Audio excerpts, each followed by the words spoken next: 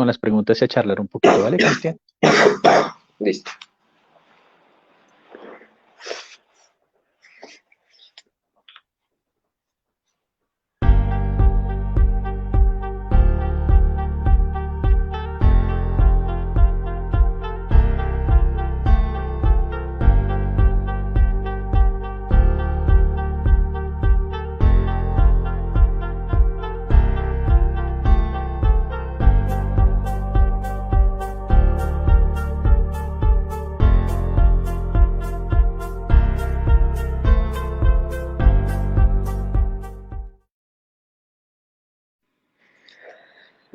Bueno, buenas tardes a todas las personas que nos se van a acercar hoy a este espacio de conversación, a este espacio de Voces Divergentes. Ya es el programa número 7, un programa que hoy por lo menos está pensado un poco en términos de hablar de poesía, de literatura, y pues para eso tenemos a un invitado muy especial que en este caso pues es Cristian, a quien en su momento pues le cederé la palabra para que pues pueda contarnos un poco, bueno, saludar a las personas que se van a conectar, que se están por conectar o que nos van a escuchar más adelante, un poco conocer quién es nuestro invitado de hoy. Entonces, prometo, Cristian, que en un momento te cederé la palabra y no hablaré demasiado.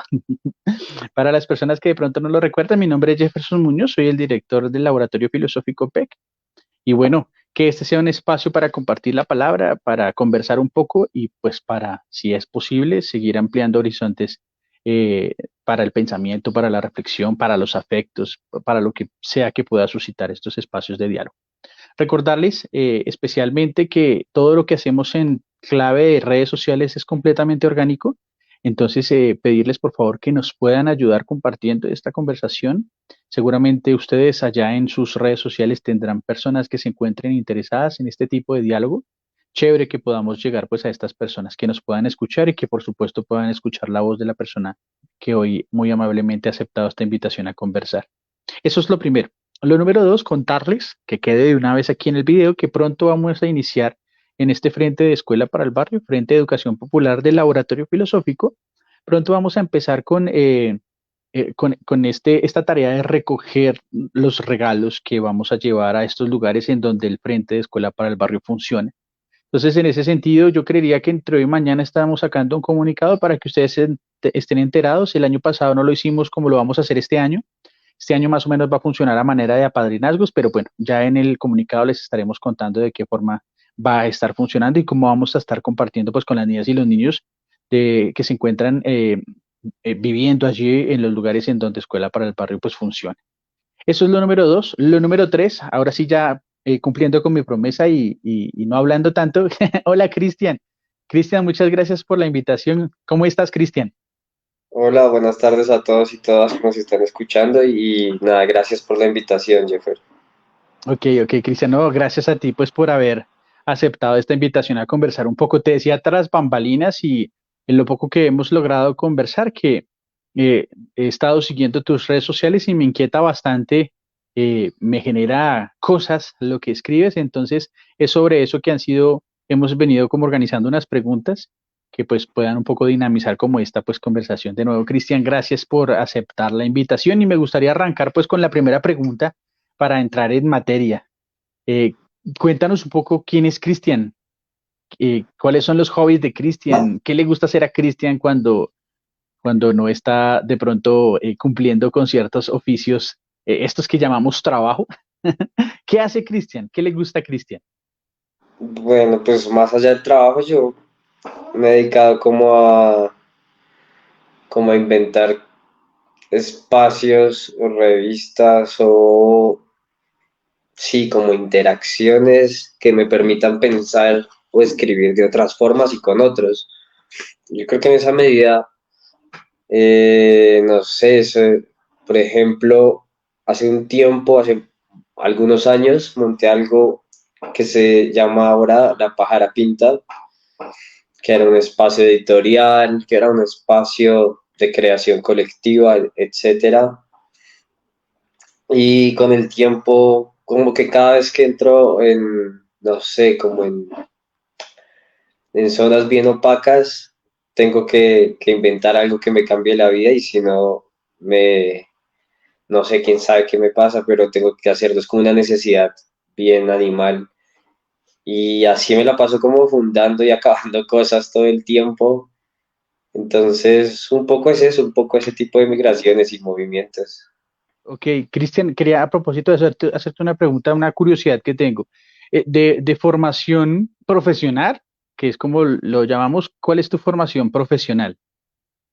El pregrado es de Humanidades y Lengua Castellana Ok. y la maestría de Escritura Creativa. Te hago la pregunta porque siento interés por saber cómo ha sido tu paso por los colegios o por las instituciones educativas, ya sea de básica, de media, universitarias, pero específicamente en básica y media, ¿cómo ha sido ese paso? Es decir, porque Cristian, porque se concibe que quienes estudian tal vez humanidades, muchos de ellos, me incluyo, concebíamos que el lugar donde debíamos estar eran los colegios, ¿no? El profe que se está preparando para dar clase, no sé, de lenguaje, de filosofía, etcétera, etcétera. ¿Cómo ha sido tu paso por el colegio? Y si no has pasado por el colegio, ¿cuál ha sido la razón por la cual has desistido de pasar por estos lugares? Yo creo que estoy de acuerdo porque en la universidad le venden a uno esa idea, ¿no? Como de que tú estudias lenguaje y estas cosas no para ejercerlo de una manera activa, sino pedagógica. Y entonces eso me causaba un problema tremendo porque yo nunca he podido estar en un colegio más de 4 horas porque no sé, me da mucha ansiedad ese tipo de espacios o ejercer este tipo de pedagogías, a mí al menos. Y desde que salí no, nunca he pues dado clases de lleno en colegios. Ahora que trabajo en IDARTES, hay que ir a colegios y fundaciones y múltiples cosas, pero nunca sin calidad de profesor, profesor, sino como de talleres y promoción de lectura o escritura. O sea, es otra cosa. Y a mí eso siempre me ha alegrado que esa, esa sobredeterminación que uno le meten de, es una licenciatura, pues equivale a ser Ok. profesor. Pero resulta que el lenguaje es tan dinámico, e incluso hasta en lo económico, que yo he encontrado formas y trabajos bien curiosos, como ser como, no sé, asistente editorial en Ajá. proyectos de las FARC. Entonces, como que nunca me he visto obligado a aterrizarme o a replegarme en ese estado que es muy, muy chévere, pero que siento que no es mi espacio. Entonces, Ok. siempre he tenido como esas formas de emigrar a otros lados o de tener trabajos que son con el lenguaje o con la literatura, que no están vinculados necesariamente a la Ok. institución educativa tradicional. Ok, Cristian, ¿en qué momento tú tomas la decisión, por ejemplo, de entrar a estudiar eh, eh, cuestiones relacionadas con las humanidades, en este caso el lenguaje? ¿En qué momento tomas esta decisión? ¿Ya lo tenías planeado eh, con bastante tiempo en el bachillerato o es algo que te encuentras en último momento? ¿O hay una sensibilidad particular que diga esto fue lo que me movió a que por aquí quería caminar? ¿Cómo es esa decisión? ¿Cómo llegas a esa decisión? Pues o sea, no sé, fue muy accidental. Yo creo Ok, que los grandes descubrimientos a nivel de identidad se llevan casi siempre a nivel de accidente. Y pasó igual, o sea, yo salí y yo quería estudiar por algún extraño motivo gastronomía. ¿Era eso o ok. filosofía? Todos bien distantes. Entonces, finalmente mi papá me disuadió y terminé estudiando cocina y duré un año nada más porque no iba a clases.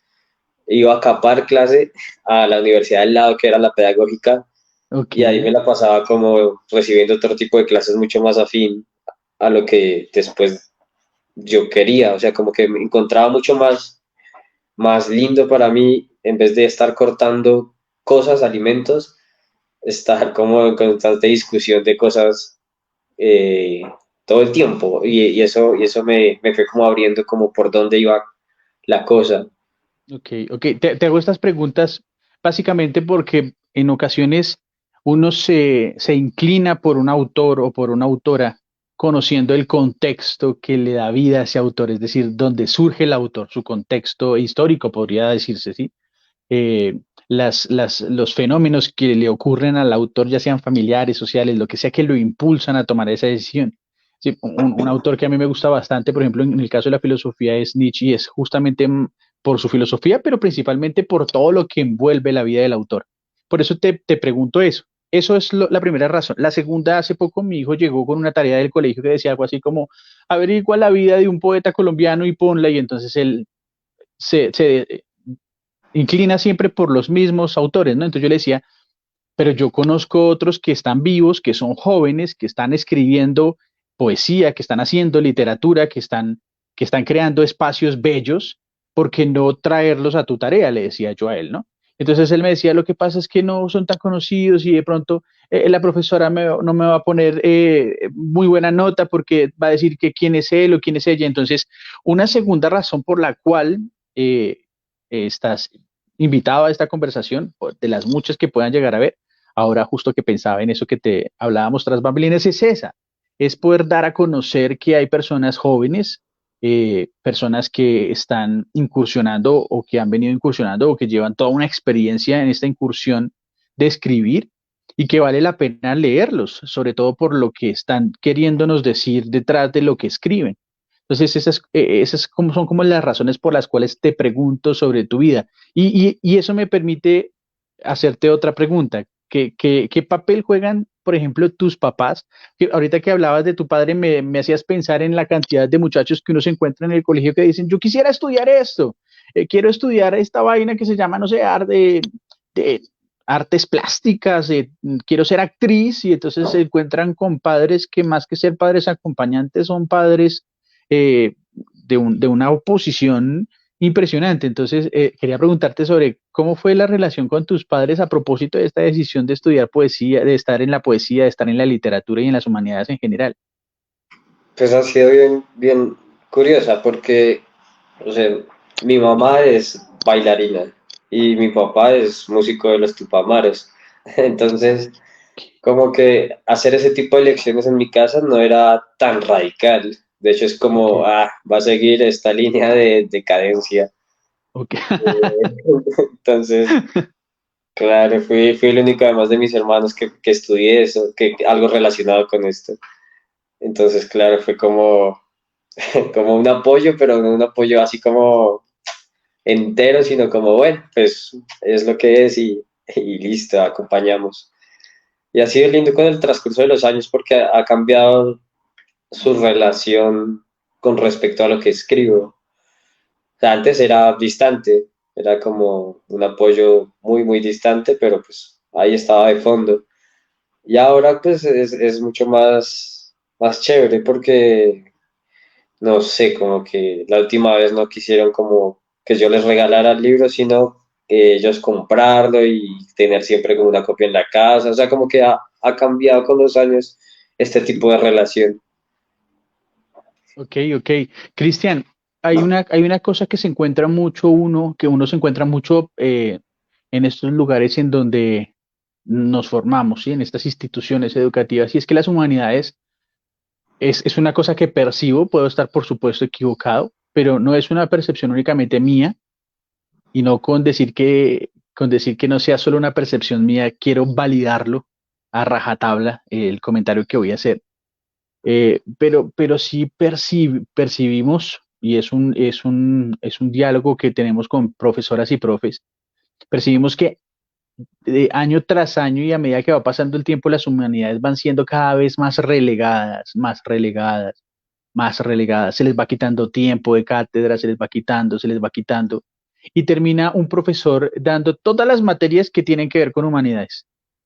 Y pasa no solamente en los colegios, sino también incluso pasa en las universidades cuando se le relega, y se le relega no porque se le quiera poner un rincón, sino se le relega más a tareas administrativas que al hecho de crear, ¿sí? Las humanidades y el tiempo de las humanidades considero que es un tiempo completamente diferente a los tiempos administrativos y eso es algo que es una fricción que todavía no hemos logrado resolver en las instituciones educativas.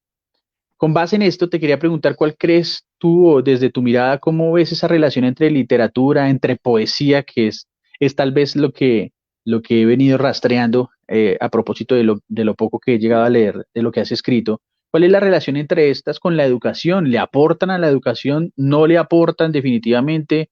Eh, ¿Cómo lo ves? Cómo tú lo ves por ahí? Yo creo que es importantísimo que uno llegue a esta conversación con las humanidades en algún momento de la vida académica. Y importante no porque nos haga más inteligentes o porque nos haga más algo conectados con la realidad, sino porque precisamente ese va a ser como una puerta muy rara a algo que usamos todos, que es el lenguaje. Ok, Y el lenguaje se usa en todas las disciplinas, o sea, no es necesario como entregarse a las humanidades, sino haber tenido una interacción. Y eso es fundamental en esta relación de literatura, educación, que tiene que estar y así no esté, siempre aparece de manera clandestina, se quiera o no. Siempre está alguien que llega con una lectura, siempre se descubre la biblioteca por cualquier tipo de, de acontecimiento, no sé.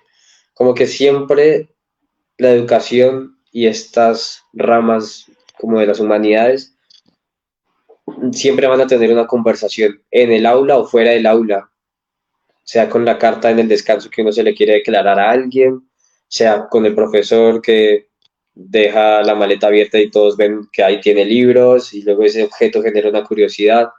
No sé, siempre se llega a ese tipo de conversaciones de manera fortuita o no, pero siempre están. Y eso me parece siempre un acontecimiento alegre, porque mal que bien la literatura es una mecha que siempre queda prendida y la gente se la apagan o se la deja apagar o mantiene encendida, pero siempre está eso, esas curiosidades de cómo funciona esto, si estoy diciendo lo que estoy diciendo, si se está entendiendo lo que yo estoy diciendo, cosas así, uno se las hace todo el tiempo de adolescente, como no entiendo este mundo, no entiendo esta realidad y tengo que entenderla con estas palabras, sean las palabras de la poesía, sean las palabras de la ciencia, sean las palabras cruzadas de la religión, de donde vengan. Son palabras ok. que uno adopta para entender realidades. Ok, ok. Voy a hacer un pequeño paréntesis, Cristian. En este momento tenemos 5 personas conectadas. Pedirle el favor a estas 5 personas que nos ayuden, por favor, a difundir este espacio de conversación en sus redes sociales para que, insisto, podamos llegar pues a más personas y que podamos escuchar la voz, en este caso, pues de Cristian, que es nuestro invitado. Cierro el paréntesis, Cristian. Tengo una inquietud. Hace un momento te decía que eh, a mi parecer, el tiempo para la literatura y para las humanidades en general es uno completamente distinto al tiempo que lleva este mundo que parece que va de afán. ¿Sí? El tiempo para crear, por ejemplo, es uno completamente diferente al tiempo que el progreso quiere imponernos. Esta idea de progreso un poco de consumo, de mercado, etcétera, etcétera. Y uno ve, por ejemplo, que en ese lugar donde está la literatura, donde está el lenguaje, donde está la poesía, donde están las humanidades, también están, por ejemplo, medios masivos como estos, ¿no? Entonces está TikTok, está YouTube, está todas estas plataformas en donde el tiempo es otro completamente diferente. Yo no sé cómo decirlo, no sé si valorarlo o seguirme, yo creo que seguirse inquietando, pero me inquieta mucho cuando uno ve, eh, eh, y me inquieta porque lo hemos intentado, cuando intentamos, por ejemplo, entrar a una plataforma como TikTok para divulgar la filosofía, para divulgar la literatura, el tiempo es extremadamente corto y lo que implica la literatura es un tiempo bastante amplio, ¿sí? Y en el colegio sucede lo mismo, entonces es más, decía mi hija en algún momento, es más mejor estar pegada a la plataforma de TikTok haciendo esto, que mira la velocidad a la que va el dedo, que estar hojeando un libro que exige otras cosas. ¿Sí? ¿Tú cómo ves esta fricción entre los tiempos, por ejemplo, de las redes sociales y los tiempos, por ejemplo, de sentarse a analizar, no sé, a sentir a detalle, por ejemplo, una obra literaria? ¿Cómo ves estas fricciones? Mira que me haces pensar en algo re bonito y es que cada objeto requiere o trae consigo su tiempo. No es, sí, como no es lo mismo tomar un vaso de agua, como no es lo mismo tomar un vaso de ron. Ok, Uno no se los va a tomar a la misma velocidad. Y siempre está como a nivel de superficies. O sea, no es lo mismo leer un libro en PDF que en físico. Aunque sea el mismo libro, son dos tiempos distintos. Entonces, como que cada objeto te va marcando su tiempo y no está ni bien ni mal. Es un poco el ejemplo de Nietzsche del martillo, ¿no? Como que puede ser un arma, puede ser un instrumento, no está bien ni mal el martillo, es simplemente el uso que le damos a esos tiempos y a esos objetos. Y en esa medida se vuelve muy útil pensar qué nuevos ritmos está proponiendo la literatura, qué nuevos ritmos uno propone Ok. a nivel cultural. Y eso está lindo como que si yo puedo proponer cosas veloces, genial. Si también puedo proponer cosas lentas, también genial. O sea, estamos llenos de velocidades múltiples y hay que aprovecharlo todo el tiempo. Es decir, tú no ves con, lo que entiendo, no ves con, puede decirlo como lo dicen las abuelas, no ves con malos ojos que en estos lugares comunes estén toda esta multiplicidad de tiempos variados y diversos estén allí tratando como de coexistir unos con otros. Tú no ves con, porque uno se encuentra, por ejemplo, personas que dicen, incluso se atreven a afirmar cosas como, no, es que esto es para otro tipo de personas. Tú sigue ahí conectado en tus redes porque tú no, o sea, ¿qué le diríamos entonces a aquella persona que dice, no, esto no es para ti? Tú sigue en tus redes sociales. Un poco a propósito de lo que tú acabas de mencionar. Claro, pero mira que uno ha habitado muchos ritmos desde pequeño, con tecnologías o sin ellas. O sea, si uno se ubica, por ejemplo, en una clase de matemáticas, está el ritmo del profesor, está el ritmo de uno que se distrae, está el ritmo de los papelitos que uno está escribiendo para compartir con otro. O Ajá. sea, ahí hay un montón de... Siempre uno habita muchos ritmos. Y tener problemas uno con este objeto llamado los objetos de la tecnología, no sé, me parece que es muy desaprovechar otra clase de potencias Ok, que no nos permiten ver, o sea, no importa el medio, o sea, el medio, en este caso al menos, no importa el medio, sino lo que yo estoy haciendo con las cosas. ok. Cristian, ¿cómo describes entonces tu escritura? ¿De qué manera la describes? Si alguien preguntara, este tipo de escritura va por aquí o toca estos lugares o se centra en estas particulares, ¿cómo describirías tú esos, sí, pongámoslo en esos términos, no solamente esas formas de escritura, sino esos ritmos de escritura, ¿cómo los describes tú desde lo que tú haces? Mira que es bien curioso porque uno tiene la idea de que uno tiene un estilo y ya está como el estilo Vallejo, el estilo eh, García Márquez, lo que sea. Pero resulta que incluso entre ellos mismos o uno o cualquier persona que escriba o no, sus ritmos, sus estilos, digo, son variables porque uno va variando todo el tiempo. Y entonces en la literatura es muy curioso porque se le vende a uno la idea de que hay que llegar a un estilo y tener una voz propia, pero es por este sentido de propiedad bien raro que tenemos de ser único, de ser un Ok, producto innovador. Y eso pasa con la voz, como tener una voz propia. Y resulta que uno tiene una voz propia mal que bien, pero el punto es empezar a perderla, empezar a ok. desear de otras maneras. Es más de, no hay construcción, la cultura como construcción, sino como desmontaje, como quiero desear menos o desear de otra forma, quiero escribir menos y tener múltiples voces. Sería una calamidad tener solo una voz, que es lo que pasa a muchos autores, de hecho, como que se casan consigo mismos y toda su voz suena igual. Y yo no puedo con eso, no me permito o tengo ese gesto autocompasivo de no, no definirme o no estar en situaciones de definición, sino de indefinición. Ok, indefinición. Y en el marco de ese término, indefinición, ¿qué decirle entonces a aquellas personas? Y aquí ya puedo reformular la pregunta que también la hablábamos tras bambalinas. En ese marco de la indefinición, ¿qué decirle a aquellas personas que ven a la poesía y a la literatura como, especial a la poesía, especialmente a la poesía como un hobby, como como una no profesión, como algo poco serio, como algo de sueños que tiene que ver con alguien que es como un soñador o como una soñadora o como alguien que piensa en términos de utopías? ¿sí? Que tiene como esta mirada de la, ¿sí? De la poesía y de la literatura en general. ¿Qué decirle a estas personas a propósito de ese término de indefinición? A mí me gusta mucho porque eso es una ventaja, porque no le meten a uno presión, porque uno puede hacer lo que sea, porque uno es muy hippie, o muy sentimental o muy lo que sea, y es solo un hobby y pasará. Y resulta Ok. que uno lo puede mantener así, esa potencia clandestina hasta el final o hasta que toque. Pero por otro lado, tampoco me gusta la idea de que la literatura o la poesía al menos tenga que ser profesional o entrar en esa dinámica de producción, porque es otra producción distinta que no pasa por soy un profesional de la escritura, porque para eso hay maestrías, además, como ya uno se puede decir así, ya soy profesional en la literatura. Ok. Sino, pero con la poesía no es necesario ser profesional, o sea, profesional para qué o para quién.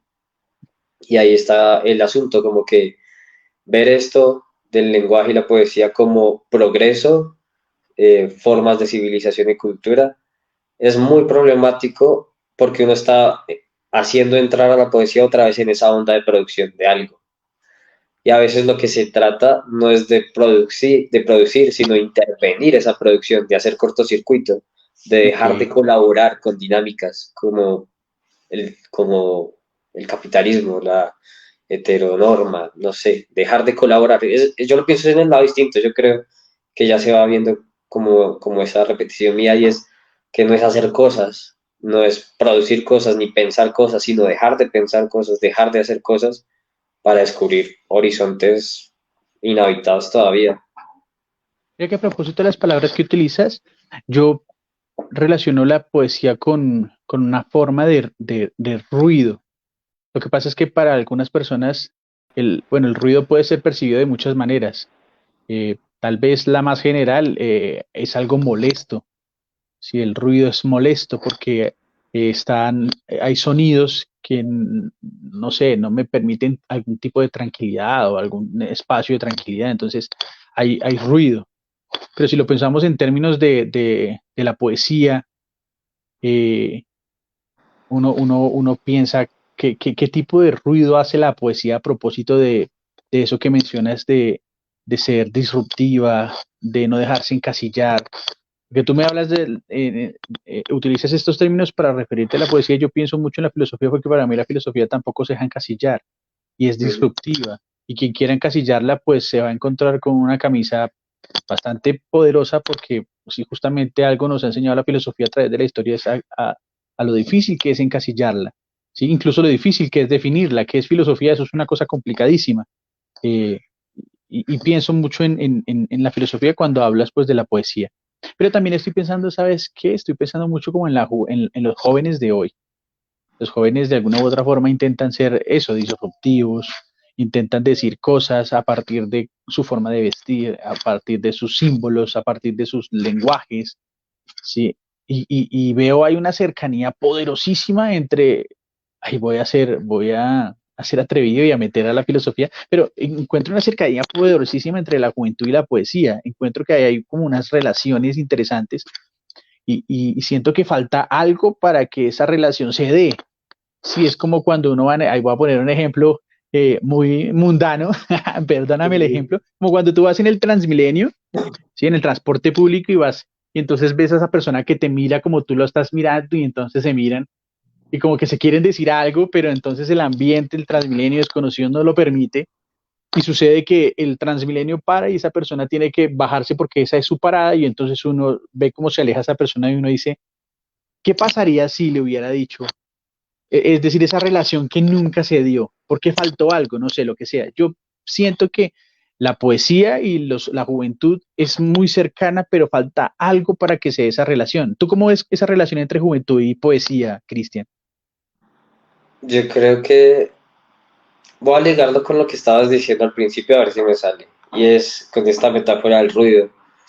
Y yo le quería contraproponer esta metáfora tan linda que es la de, pues no metáfora, de hecho, es la de lo que hacen los murciélagos, la ecolocación, que es Ok, botar un sonido para encontrar lo que hay delante.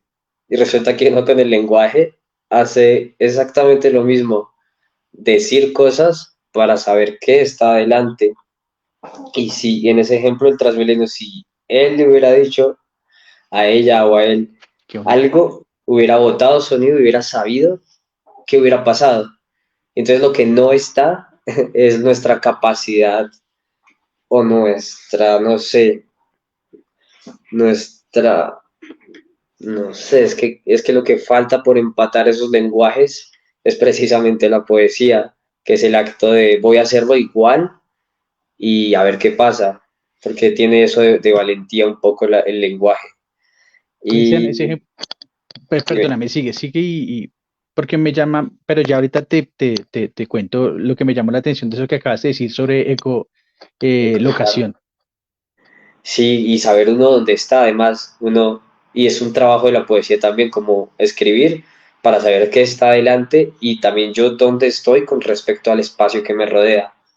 Es una metáfora animal muy, muy linda porque permite entender a cualquier nivel que uno se está disputando realmente en el lenguaje, que es dónde estamos y hacia dónde vamos. Y la juventud es lo mismo, es como un decir constante y no saber con qué medios lo quiero decir. Es esa torpeza tan alegre que existe en la juventud y tan política, que es no sé cómo quiero decir esto, pero quiero decir algo y tengo la energía para hacerlo y pues voy a encontrar los medios en el camino para decirlo. Y estos medios pueden ser universitarios, pueden ser solo colectivos, pueden ser solo una cámara y yo, puede ser solo con mi amigo sentados hablando. No importa los medios o lo potentes que sean, sino que exista esta necesidad de colocar todo el tiempo. Será, es cuando, bueno, utilizaste dos términos, ecolocación y torpeza alegre. Esa idea de torpeza alegre también me generó eco, me dijo algo, ¿sí? Pero primero quiero referirme a esto de colocación. ¿Será por eso tal vez que se cree que los poetas están avanzados en su tiempo? ¿Pertenecen a otro tiempo? ¿Pertenecen a otros lugares? Por cómo se disponen las voces y, bueno, lo que sea que implique lo que quiere decir el poeta y hacia donde quiera que esté rebotando, porque es extraño que hoy uno, por ejemplo, tenga la posibilidad de acercarse a ciertos poemas y uno va y mira, resulta que las realidades y los contextos son diferentes, pero entonces uno siente que aunque son diferentes, el poema le dice cosas al tiempo, le dice cosas al tiempo en el que uno está viviendo. Es como si alguien del pasado te estuviera diciendo cosas como si fuese una especie de pitonisa, como si fuese una especie de pronosticador de sucesos en el tiempo, como si el tiempo no fuera lineal, sino como si fuera una vaina circular, como si fuera una espiral, no sé cómo mirarlo. Lo estoy pensando por esos lados, esta idea de colocalizar. Sí, sí, sí, ¿cómo lo ves? ¿Estoy perdido o tiene que Sí, ver sí, con eso?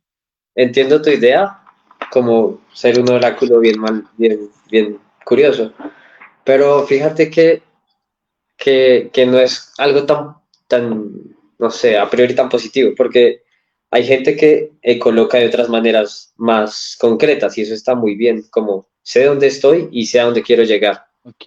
y lo hace y está re bien. O sea, si fuera tan simple a veces, sería todo muy, muy alegre, pero pienso que la gente que está relacionada con la poesía es alguien que no tiene muy claro, es alguien desorientado. Y Sí. hay un concepto re bonito que es de la, no sé,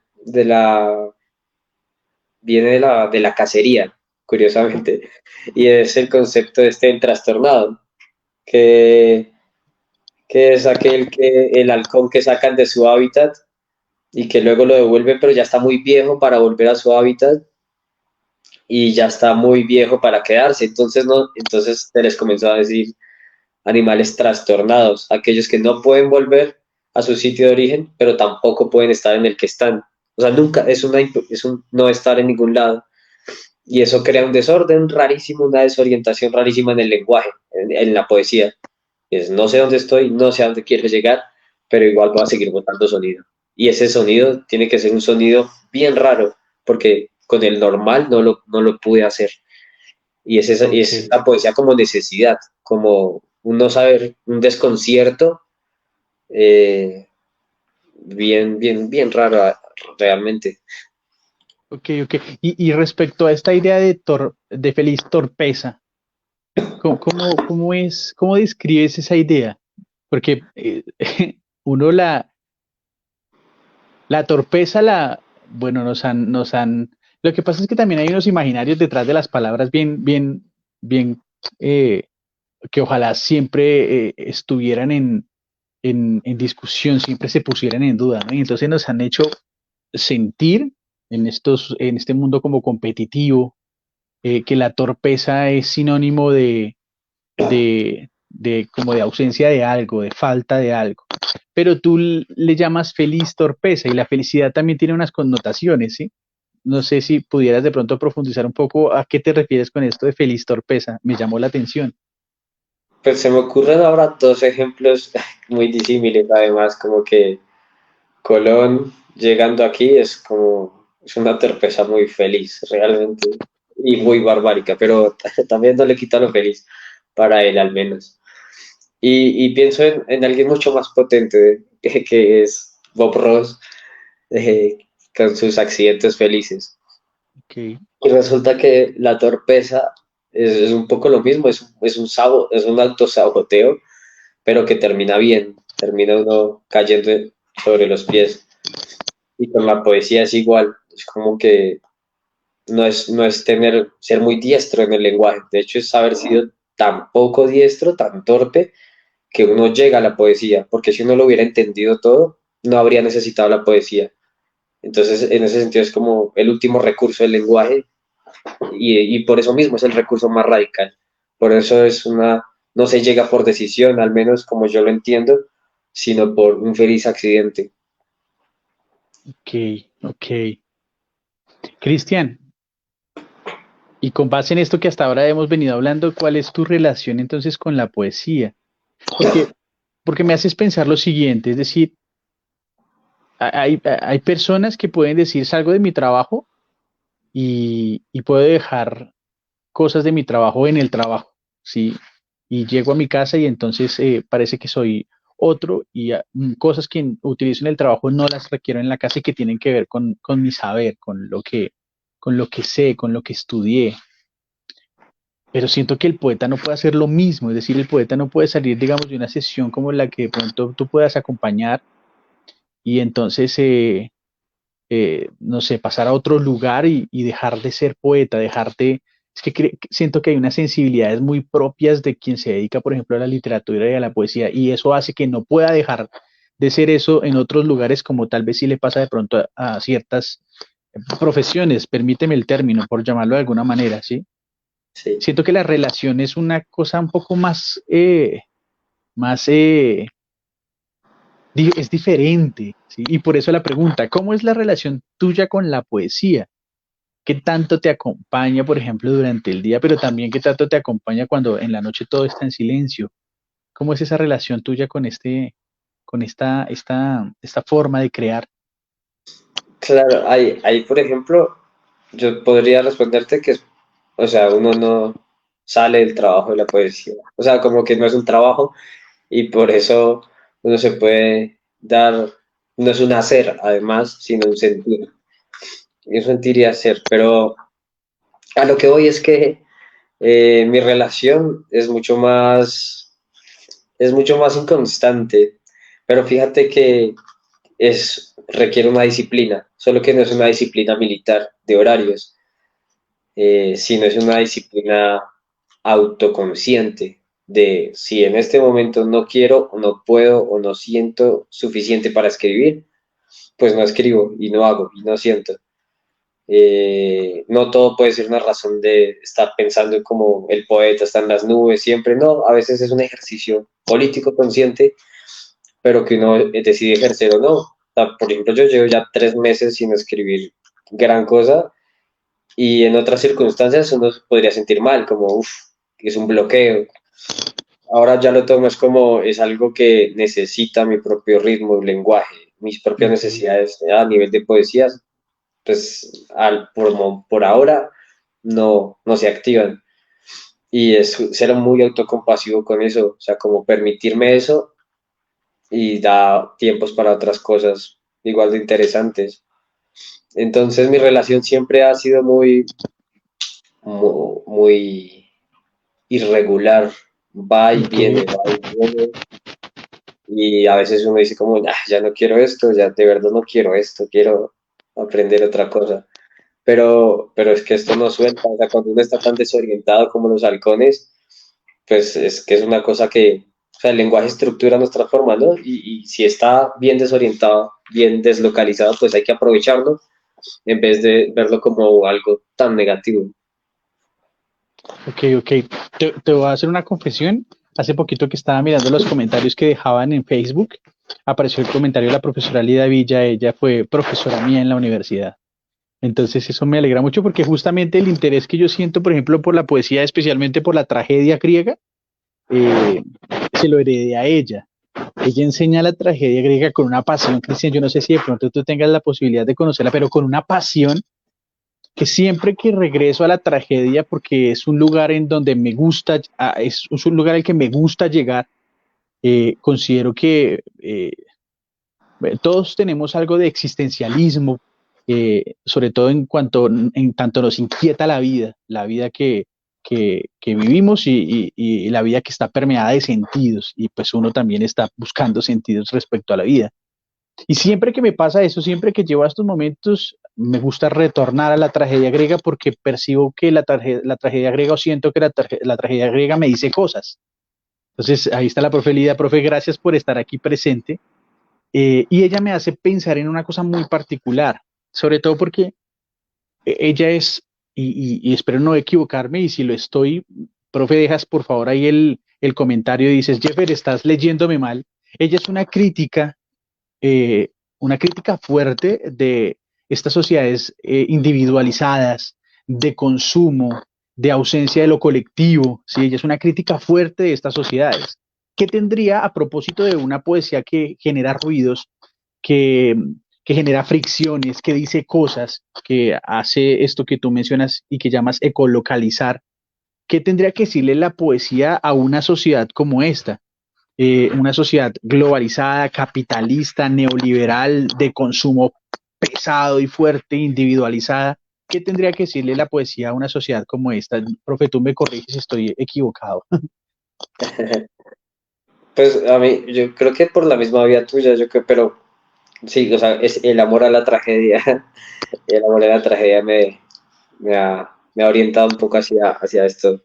Pero, eh, como que, ¿qué respuesta tendría la poesía ante estas dinámicas?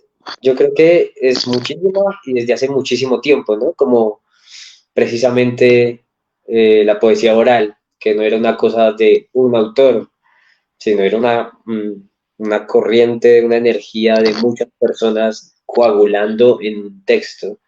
Y aún así, hoy todavía podemos considerar los textos como grandes corrientes de energía de muchas personas, como una gran colectividad, que es un libro, sino es el resultado de muchas conversaciones entre cadena de libro como editor, autor, amigos, correctores, pero aún así uno viene arrastrando su lenguaje con otros lenguajes, o sea, toda escritura es una escritura colectiva y, y ya uno lo hace pensar como que escribir es un acto aislado que se lleva contemplativamente en la casa de uno y pensando y sintiendo cosas que nadie siente y no, realmente es muy aterrizado, es muy concreto, es en compañía de muchas personas o seres vivos todo el tiempo y desmitificar eso ayuda un poco a que la poesía rivalice al capitalismo en el terreno de la magia.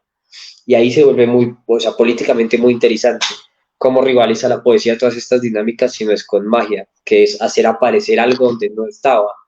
Y ahí es cuando yo encuentro muy potente esto de la poesía a nivel político, de reaccionar ante un hecho, no como que uno diga palabras bonitas, Ok. sino que uno está activando y desactivando constantemente cosas en el lenguaje. Y eso nos lo ha enseñado, por ejemplo, el feminismo, o la misma tragedia incluso, desactivar palabras enteras para empezar a sentir otras cosas. Ok, ok, ok. En ese sentido, Cristian, hoy hay una afirmación que es muy popular, ¿no? Todo acto es un acto político, se traduce como un acto político. Y tú, respondiendo a esta anterior pregunta, estás relacionando a la poesía con la política. En ese sentido, la poesía es política. Claro, claramente, porque es en esencia un acto de llamamiento, de reagrupación. Y si eso no es político, o sea, eso es política a nivel animal, incluso como un aullido es un acto de reagrupamiento. Y la poesía es lo mismo, es quiénes están y cómo están Epa, para qué que lindo. podamos motivar a otros. Y ahí es cuando nace un concepto en la poesía, al menos muy bonito, que es la amistad. Entender la amistad de manera poética, ¿no? Como es darle ánimo al otro para que podamos subvertir la realidad. Si uno la quiere subvertir solo, pues, qué triste. Pero resulta que va a tener que encontrar alianzas prósperas para eso. Y a nivel de poesía, eso es muy fértil. Yo pienso mucho en eso que estás mencionando de la poesía como un aullido. Y el aullido sí, efectivamente junta. Y estoy pensando también en esto que mencionas de la poesía como amistad. Mm, bueno, si la poesía tiene una relación con la amistad, Cristian, entonces, ¿qué tipo de amistad se genera a partir de la poesía? No sé si de pronto pudieras profundizar un poquito más sobre cuál es no quiero decir definición, sino más bien cuál es ese sentido de la amistad en un marco de la poesía, de lo que implica la poesía. ¿Qué tipo de amistad sería? Es crear, y lo va a responder pues, con un marco teórico que, no sé, está muy enclaustrado en mí, enclaustrado, que es Tikkun, un colectivo. Y ellos tienen una frase como para intentar responder tu pregunta y es que nos besamos, vamos a cine, hablamos, nos dejamos de hablar, nos enamoramos.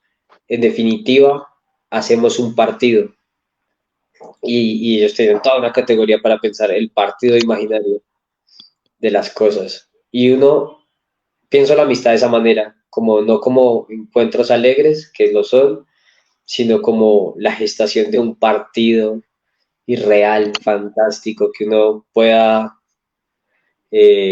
contra estas fuerzas de desaparición crear fuerzas de aparición. Y eso me parece espectacular de la poesía, como que se infiltra en nuestras amistades y vínculos y enrarezca todo y nos deje con el lenguaje disponible para hacer otras cosas, para crear nuevas herramientas, para mejorar nuestros vínculos, etcétera. O sea, es muy lindo pensar la amistad en el contexto de la poesía por eso mismo, porque ¿con quién va uno a rivalizar esta realidad sino con los amigos y creando fuerzas ficticias? Y con fuerzas ficticias me refiero a la poesía o al ejercicio pleno de la cultura en una faceta más política. Mira que cuando llegamos a los colegios y bueno, a los lugares que tal vez eh, trabajan con el laboratorio o con lo que hacemos en el laboratorio, eh, una de así como la tragedia griega me marcó en este proceso de pregrado, también me marcó mucho la idea de la amistad. A mí la amistad me marcó mucho, sobre todo porque, pues por varias razones, pero las que tengo muy presentes en cuanto a experiencia es que uno se hacía realmente amigos de los compañeros y de las compañeras que estudiaban filosofía, más que en el aula, cuando salíamos del aula y compartíamos fuera de la universidad un tinto con algo y hablábamos libremente sobre aquello que nos sugería el espacio de clase que acaba de terminar y lo hacíamos con el ánimo no de que a diferencia de otros estaban preguntando, por ejemplo, que cuánto sacó, no, yo me voy a tirar este parcial, no, y usted cómo va a hacer para salvar esa nota. Nosotros hablábamos, era de cosas tan humanas y sin quererlo nos hacíamos amigos porque hablábamos sobre cosas que en este momento uno pues le echa cabeza y uno dice eran cosas fundamentales, no eran cosas de forma, no era la nota, era lo fundamental, lo que tiene que ver con lo humano. Y ese término de la amistad también ha quedado en mí a propósito de estas y muchas otras experiencias que bueno, en otro momento las hablaremos. Y cuando vamos a las instituciones o a los lugares que de pronto quieren trabajar con el laboratorio, para ellos es extraño cuando uno les dice, no es cliente. Que dicen, bueno, y nosotros que somos su mejor cliente, ¿cómo es el arreglo ahí? Es el término que utilizan. Entonces, por lo menos yo tengo la costumbre de decirle, no es cliente. Es que nosotros estamos dialogando y estamos discutiendo sobre cosas que son situaciones o problemáticas o fenómenos de fondo, ¿sí? Que tienen que ver con el sentido de la vida. Y cuando discutimos esas cosas, yo no los veo como clientes, yo los veo como amigos. Y entonces generamos, y se les hace extraño, ¿no? Ese término de la amistad, como amistad, ¿sí? Hoy la amistad es una cosa que también ha sido un poco como, digamos que un poco, ha sido bastante manoseada, y como que no se piensa en las implicaciones o en lo que hay detrás del telón de esta palabra que utilizamos y que usamos para llamar a otras personas amigos o amigas, ¿no? Entonces sí que me llega mucho, Cristian, cuando dices que la poesía genera no solamente, que no solamente es un acto político, sino que genera en ese aullido de la poesía, que la poesía hace, genera reunir a las personas, ¿no? Y genera amistad. Entonces, eso sí que me llega y me llega mucho por esto que te comparto. Cristian, me gustaría, yo he leído cosas en lo que publicas, eh, te googleé bastante y te ofrezco una disculpa por haberlo hecho, te googleé Ah, bastante y he encontrado cosas que son muy, a mi modo de percibirlas, son muy potentes. Lo último que publicaste, yo no sé si guarde alguna relación con la situación política que vivimos en el marco de las elecciones de gobernadores, alcaldes, etcétera, en donde dices, me voy a limitar de aquí en adelante a esto. Es tal vez, creo, si no estoy mal, tu última publicación y hay como una postura política allí. Yo te digo, he venido mirando y he venido leyendo cosas, pero me gustaría, si es posible, que nos pudieras compartir algo de lo que escribes. Y bueno, no quisiera que fuera un ejercicio de leer y explicar, sino que pasara lo que me sucede a mí cuando por primera vez te leí, ¿no? Y es que te genera cosas, ¿sí? Que te genera afectos, que te genera ideas, ¿sí? No sé si pudieras compartirnos de pronto algo de lo que has escrito, sería muy generoso de tu parte. sí, sí, claro. A ver, voy a leer un texto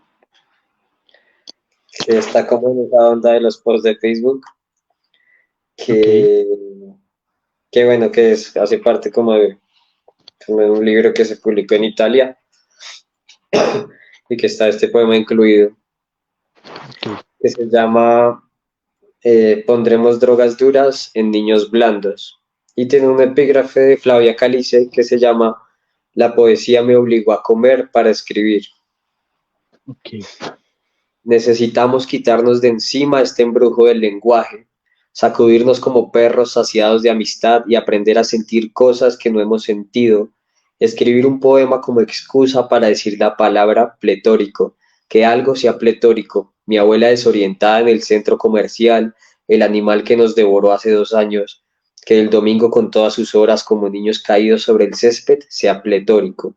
Necesito que dejemos de creer en nuestros padres, irnos de la mesa con el mantel en la mano y que eso sea el comienzo de la poesía. Necesito que no hayan pasado 20 años, ser castigado a la hora del descanso, hacer una plana en la que tenga que escribir lo que otros quieran que escriba, que la letra no me quede chueca. Necesito que dejemos de creer en la realidad y despleguemos nuestras fuerzas ficticias en la noche, que ataquemos sin perder la alegría, que estemos a la altura de nuestro deseo. Necesito que la poesía de mis amigos no sea un comunicado a la alcaldía, que se desenamoren del fracaso y la vida les arda, porque todo este tiempo que pasamos en el incendio nos dejó con ganas de hacernos polvo, pero lo que queremos en realidad es que lleguen los bomberos, que rescaten al gato, que nos abriguen en plena noche y una ambulancia nos lleve de fiesta por la avenida. Pero amigos, yo los necesito vivos y feroces para que le pongamos drogas duras a niños blandos, publiquemos libros en editoriales súper dependientes, hasta que le acabemos el papel a los notarios y los niños que nazcan se queden sin nombre y nadie les pueda leer el horóscopo. Necesito que nos saquemos el embrujo de la vida y nos sacudamos como perros saciados de lenguaje y nos llevemos entre los dientes un pedazo macizo de realidad y lo enterremos en el parque. Pero yo dije que no iba a hacer comentarios, sino que, por supuesto, quedara como, pues eso que mencionabas hace un instante, ¿no? Que quedara como ese eco, sí, que quedara allí como haciendo ecos. Sin embargo, aunque uno promete cosas, ¿en qué términos se da esto que escribes en este libro?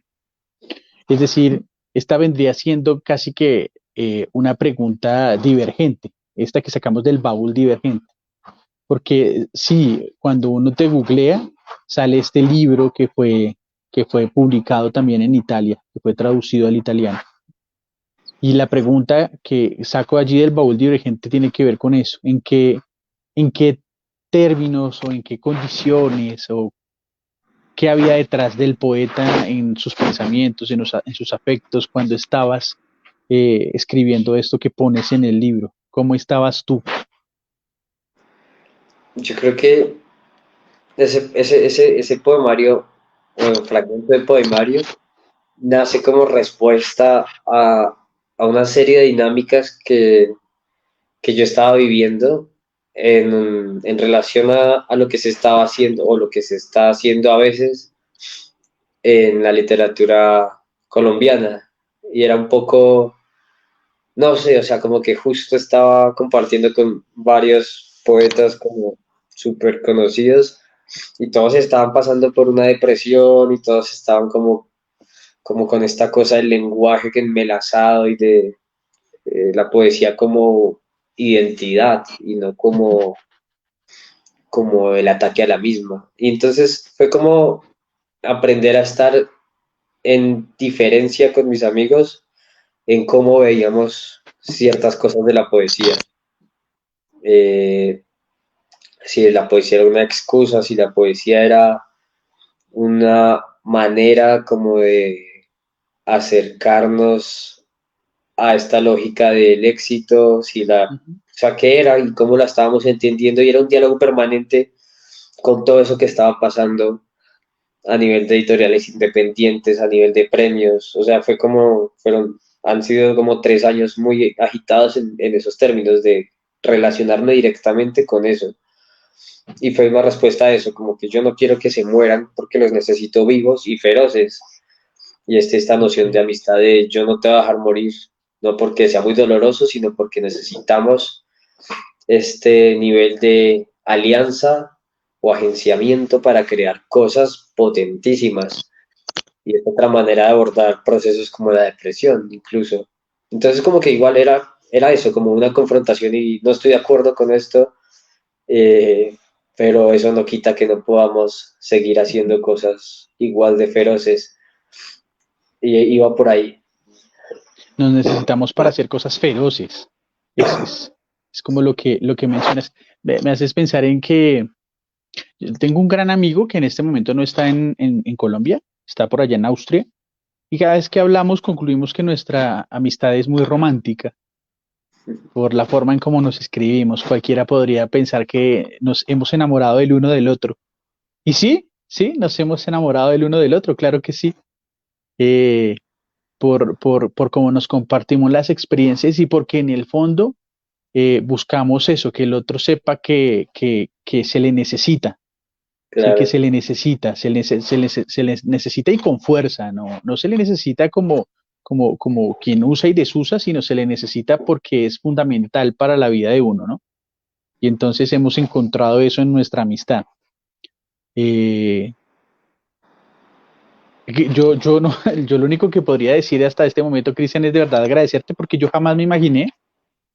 Es decir, uno suele hacer entrevistas y conversar con quienes generosamente vienen a estos espacios pero pues digamos que tú y yo no nos conocemos, es decir, lo que hemos conversado ha sido muy poco, ha sido mínimo. Sin embargo, en la conversación y en lo que nos hemos compartido hay algunos, así sean pocos, pero hay unos lugares comunes que me permiten pensarme y seguirme pensando y eso es, y sentirme, ¿no? También, y eso es algo que has logrado a partir, pues, de lo que has estado compartiendo, es decir, eh, me mueves bastante y sobre todo por palabras, por términos, por inquietudes, por cosas que has venido compartiendo, me mueves y eso lo valoro un montón. Suelo, otra confesión, suelo estar pendiente de cuántas personas están conectadas y en este momento a mí se me olvidó, es decir, lo olvidé porque me moví, no sé si me hago entender. Dejé de estar pendiente de quiénes estaban conectados porque me moví a la conversación. Y eso es bellísimo, eso para mí es muy bello, es un tiempo bello. Entonces, eso, agradecerte mucho pues por esta conversación. Y para finalizar, ¿qué es la pájara pinta, Cristian? Y hay una revista, yo no recuerdo muy bien el nombre, pero hay una revista de la cual tú también eres fundador, a propósito de esto que mencionabas al inicio de la conversación, de me gusta crear y crear cosas porque es una forma de abrir puertas, de salir a, ¿sí? ¿Qué es la pájara pinta en concreto?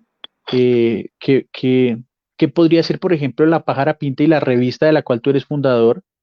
A propósito de estas jóvenes o de estos jóvenes, por ejemplo, que en la universidad no quieren esperarse hasta, no sé, hasta cierto estatus, por llamarlo de alguna forma, y poder publicar, sino que quieren de pronto darse a conocer como poetas, que es también La Pájara Pinta y esta revista que, perdóname, no recuerdo bien el nombre, nos puedas ayudar con el nombre, en clave de estas personas que están escribiendo y que quieren ser escuchadas o que quieren decir cosas.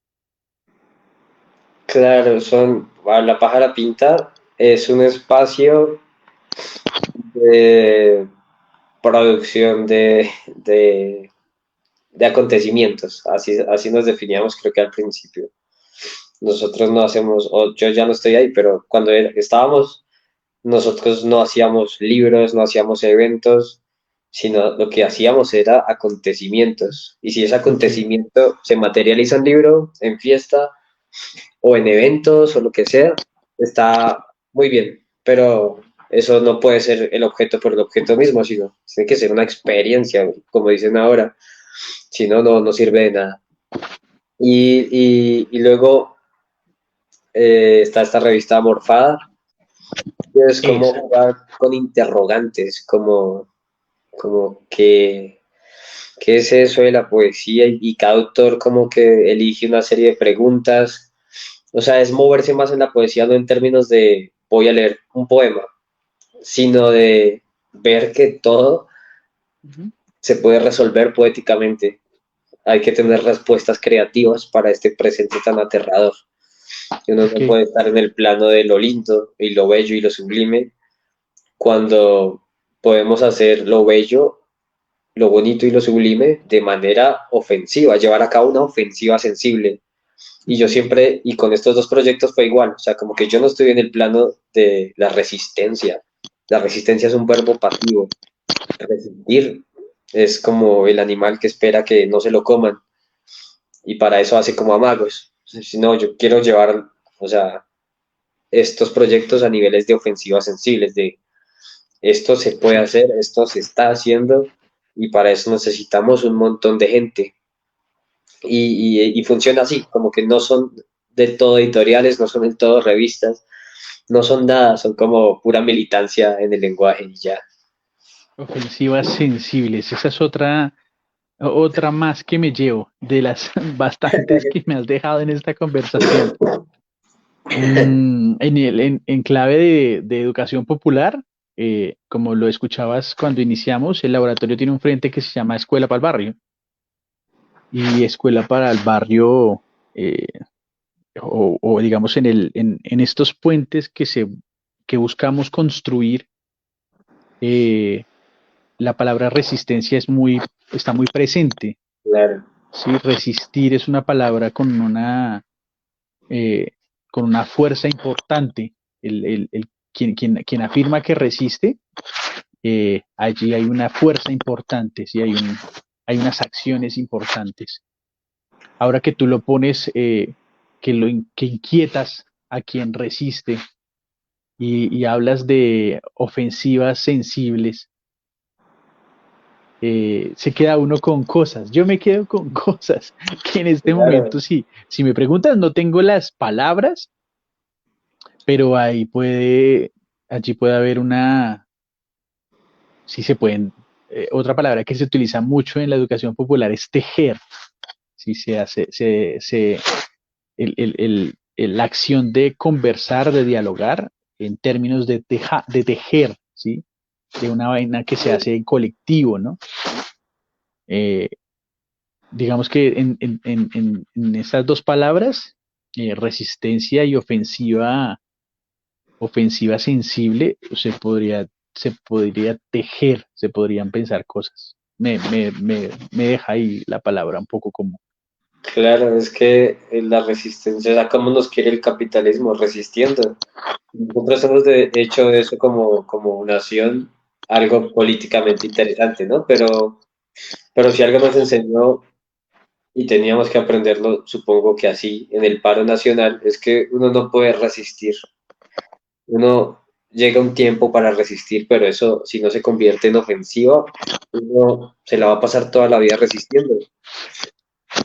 Y para llevar a cabo una ofensiva hay que tener un arsenal de amigos y de instrumentos y de recursos extremos, o sea, a cualquier nivel, o sea, ni siquiera es eso cultural, es a cualquier nivel biológico incluso, tener otros caminos secundarios para llevar a cabo esa ofensiva y no quedarse en un plano tan limitado como es la resistencia, que entiendo de dónde viene, pero yo creo que a esta altura de la historia política estamos para cosas mucho más, y ya lo hemos hecho, con cosas más interesantes. ok, ok, Cristian. Cristian, bueno, tuvimos un máximo de conectados de 7 personas que nos estuvieron escuchando. En este momento ya ha venido bajando bastante, bastante, Claro. pero, pero eh, yo sí de verdad te agradezco demasiado por la posibilidad, por la oportunidad de conversar, de este espacio, por supuesto. Eh, Chévere, por ejemplo, que entre el laboratorio y, por ejemplo, todos estos proyectos que tienes en clave de la pájara pinta y de la revista, se pudiera de pronto dar algo, ¿no? No sé qué, alguna cosa que se pudiera dar. Entonces, en ese Claro. sentido, de verdad, yo sí te agradezco mucho y valoro demasiado, pues, que hayas sido tan generoso, ¿no? Porque yo me aparecí así como de buenas a primeras. Hola, me llamo Jeffer y me gustaría entrevistarte. Y Claro. fuiste muy generoso de aceptar, ¿no? Eso con otras personas ha sido una cosa más amplia, ¿no?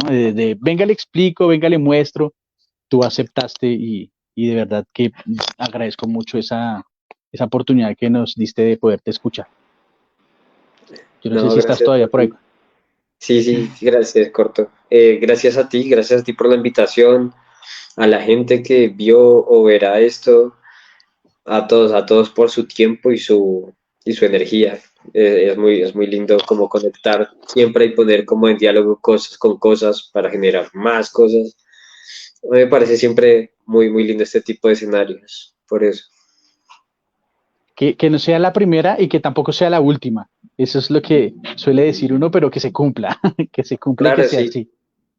claro. Cristian, muchas gracias. Muchas gracias y gracias a las personas que nos escucharon. Y bueno, este es el programa número 7 de Voces Divergentes. Eh, por este año nos quedan 2 programas más, pues totalmente invitados a pues, seguir la programación que hemos venido subiendo en nuestras redes sociales. Y bueno, aquí están, Cristian, nuestras manos y lo que se ofrezca al laboratorio y que podamos pues allí ayudar, pues aquí estamos también, ¿no? Pues con mucho gusto. Muchas gracias, Claro, Cristian, y gracias a todas perfecto. las personas que nos escucharon. Chao. Vale, gracias.